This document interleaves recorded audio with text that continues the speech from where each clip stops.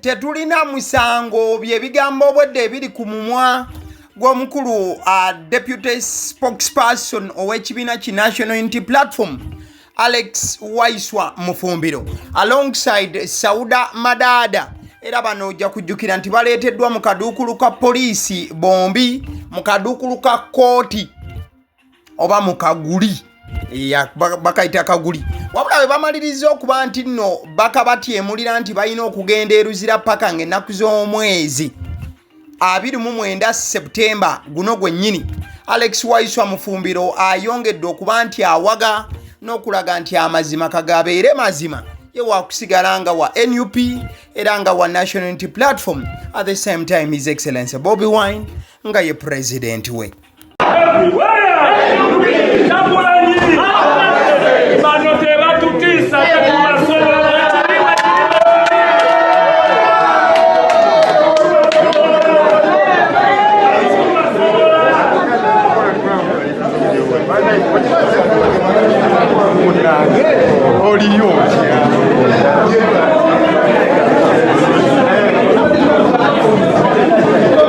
Ambo bya Alex Waiswa Mufumbiro mu kaseera we babadde ng'omulamuzi amaze okubasindika bagende ku alimanda e Luzira bebakeyo weeks nga 2-3 weeks ziringa 2 paka lwe banaakomezebwawo mu kooti ennaku z'omwezi nga 29 Septemba.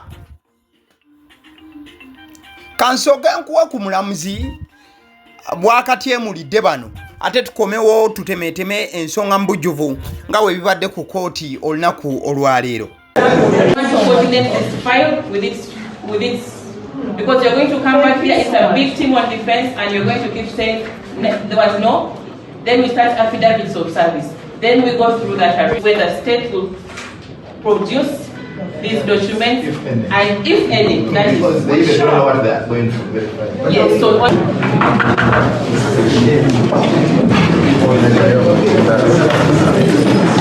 this is schedule as noted, but this case also has a date that is already fixed for it.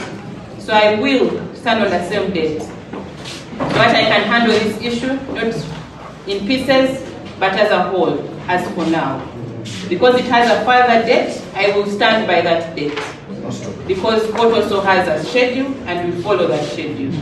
Instead of piecemealing this case, allow me to stay on the 29th of this month for the state to reply. And as to the state has a right to reply vis-a-vis the verification. Even without verification, the state is accorded their right to reply to this application, which I do not have at stand as of now, and there is no reply to this application by the state. Ebigambo by'owulidde bibadde byawo ekitibwa omulamuzi nga nnyonnyola nti kigwanidde ebitundu 10 ku kinne waakyo Alex Waiswa Mufumbiro okulabikako mu maaso g'omulamuzi nate nga 29 Septemba wamu ne Sauda Madaada. Omulamuzi ayagadde okuba nti bano abagatta kuba NUP abalabikidde mu kooti olunaku olw'eggulo. Edi Mutwe, Akilewo Kivumbi wamu ne Bobby Giant. Omulamuzi akitunuddemu nti engeri gye kiri nti bano emisango egiri mu kubavunaanwa gyagala okubeera nti girina akakwate oba gyonna gifaanagana. So bagenda kuba nti bali basomeddwa nti bakomawo nga 29 katagambe ne bano ke bakwatiddwa nga baleeteddwa maaso g'omulamuzi leero leka nabo baleetebwe ng'ennaku z'omwezi 29. So okukwatibwa kwa Alex Waiswa Mufumbiro wamu ne Sauda Madaada kwongera okugatta ku list y'abopposition abawagizi ate era wamu n'abakolera mu kibiina ki the National Unity Platform oba abatambula nakyo. Listi yaabwe ey'abakwatiddwa eyongera okukula buli lunaku olukya. Wabula nga listi eno gyeyongera okukula twongera okuba nti tusemberera akalulu ak'ekikungu oba akalulu akawamu aka 2026. So deputy spokesperson Alex Waiswa Mufumbiro aleteddwa maaso wali ku grade 1 magistrate court Kawempe division Kanyanya. Wabula ate kooti eno omukulu we bamukwatidde, omukulu just olunaku lumu emabega ku kooti we bamuleese ate we bamukwatanga ava yali azze kulaba misango gy'abanne abasajja ne bamunywa. Ojja kujjukira nti Waiswa Mufumbiro yeesimbyewo ku Nakawa East MP ayagala kifo ekyo side eyo.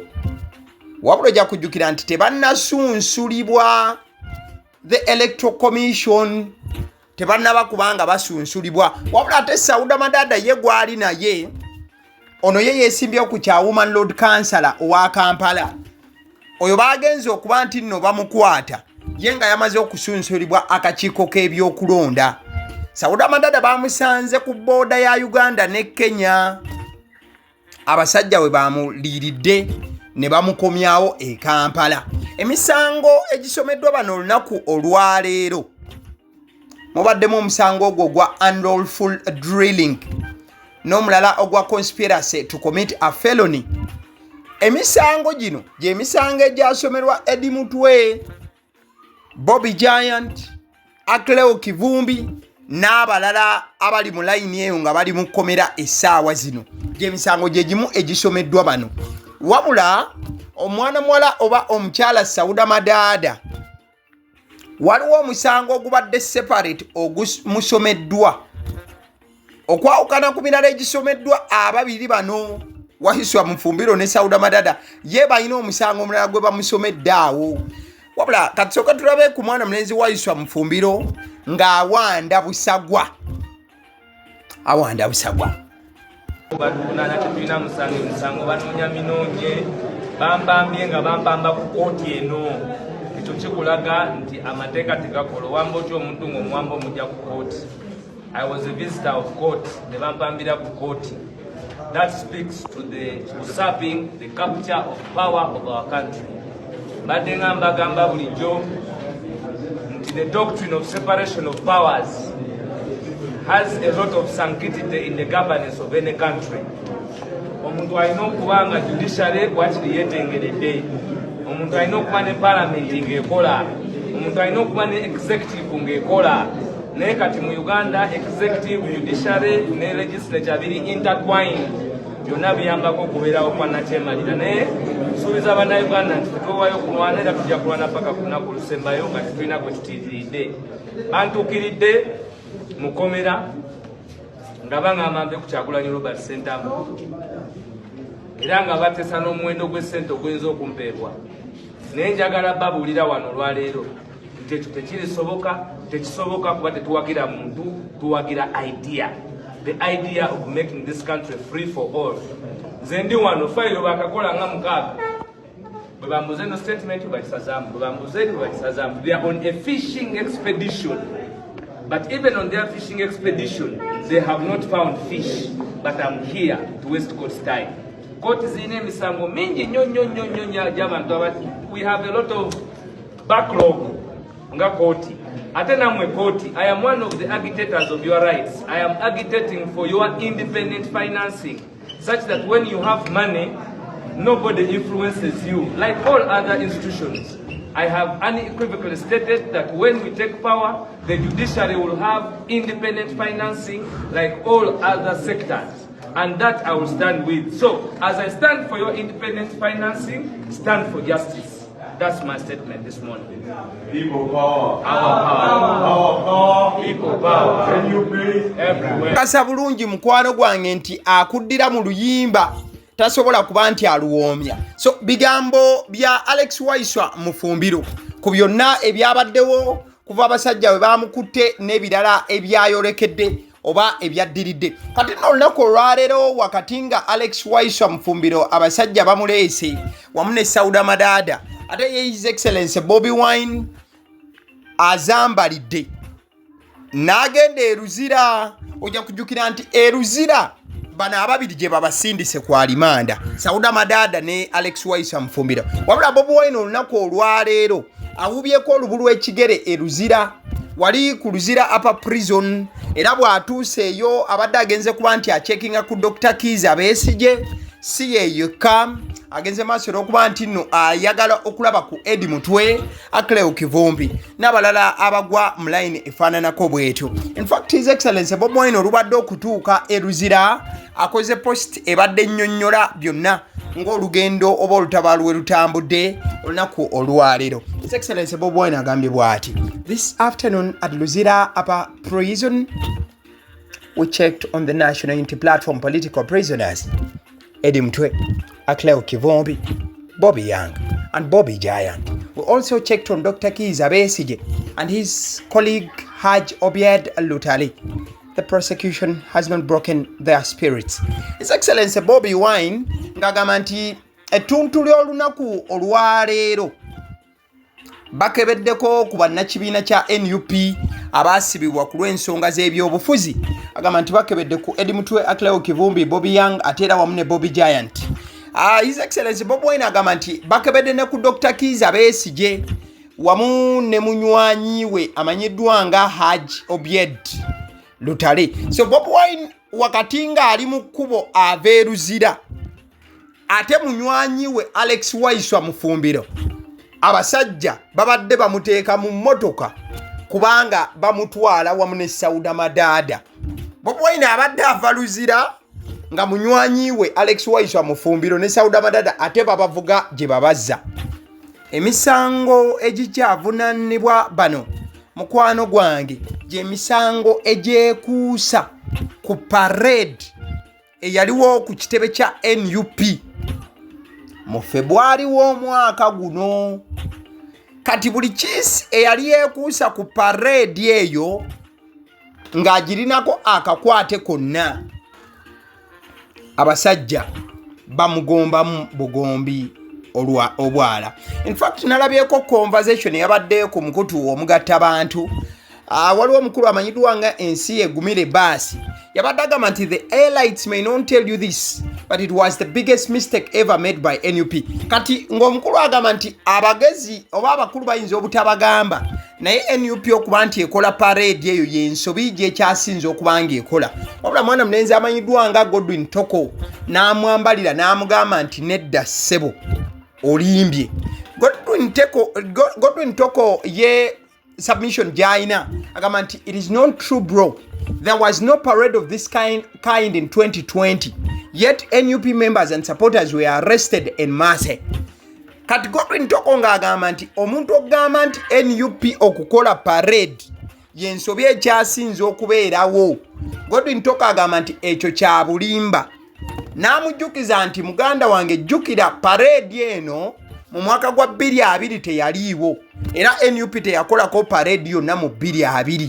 Naye ate bammemba be NUP n'abawagizi baayo baabakwata ne sekukwata yenna. Mwana mulenzi ono amanyiddwa nga Godwin Toko agamba nti I interviewed Michael Kabaziguruka years ago and he told me how in the weeks leading to and after the 2000 election, supporters of Besigye like himself were arrested from across the country and charged with being part of a rebel group. Kati mwana mlezi Godwin Toko ng'agamba nti yakolako interview n'omukulu Michael Kabaziguruka n'amunnyonnyola nti mu kulonda kwa 2021 abawagizi ba Besigye abaali ab'amaanyi ennyo bannakinku abasajja baabakwatako mu ggwanga lyonna nga bagenda babavuba ne babakyajinga emisango gy'okubeera ekitundutundu ku kabinja k'abatujju. So kati wano Godwin yabadde alaga ensi egumire nti parade eno si ye buzibu, tokitwalira mu line efaananako bwetyo. Kale njagala kutegeeza ku bannaffe aba Honey Bites bagamba nti balina package y'omwana adda ku ssomero. Bw'oba nti omwana wadda ku ssomero, Honey Bites bajja kuba nti bamukolera ebyokulya byonna bye yeetaaga, okuviira ddala ku daddies, okuviira ddala ku donuts, cupcakes n'ebintu ebigwa mu line eyo, mawogola n'ebirala byonna by'oyinza okuba nti olowoozaako. Banno bakola n'emigaati wamu ne cake eza buli mukolo ku 0709787508. Alson Painters UG basiizi balanje bagamba nti olina ekizimbe kyo endabika yakyo eri awo tekyakusanyusa bagamba nti ebyo bibakwasi bajja kujja ekizimbe kyo bakikusiigire kalangi akajja okuleka nga oli musanyufu era nga wenyumiriza mu establishment yo ku 0705 19 36 Alson Painters UG bajja kuba nti ebintu babikolako butevre nnyo nnyini ddala mukadde ke kamunjagala okutegeeza ku Abasidye omusunsuzi ly'eddoboozi erituula emabega w'omuzindaalo ne likutuusaako information mu butuufu bwayo. Tetugattamu bintu byonna wano kwagaliwo yadde okuba nti tutoolamu information nga bweri bwe tugikuleetera. Kati gwe kyolina okuba nti okola kyakuwulira ku mikwano gyo ku YouTube channel eno ate bwe bamala ogitegeerako bagambe basubscribinge so that toyina kubajjukiza buli kadde notification zijja bajjukiza nti waliyo story empya eteereddwa kwagaliwo. Liking a video, sharing a thank you.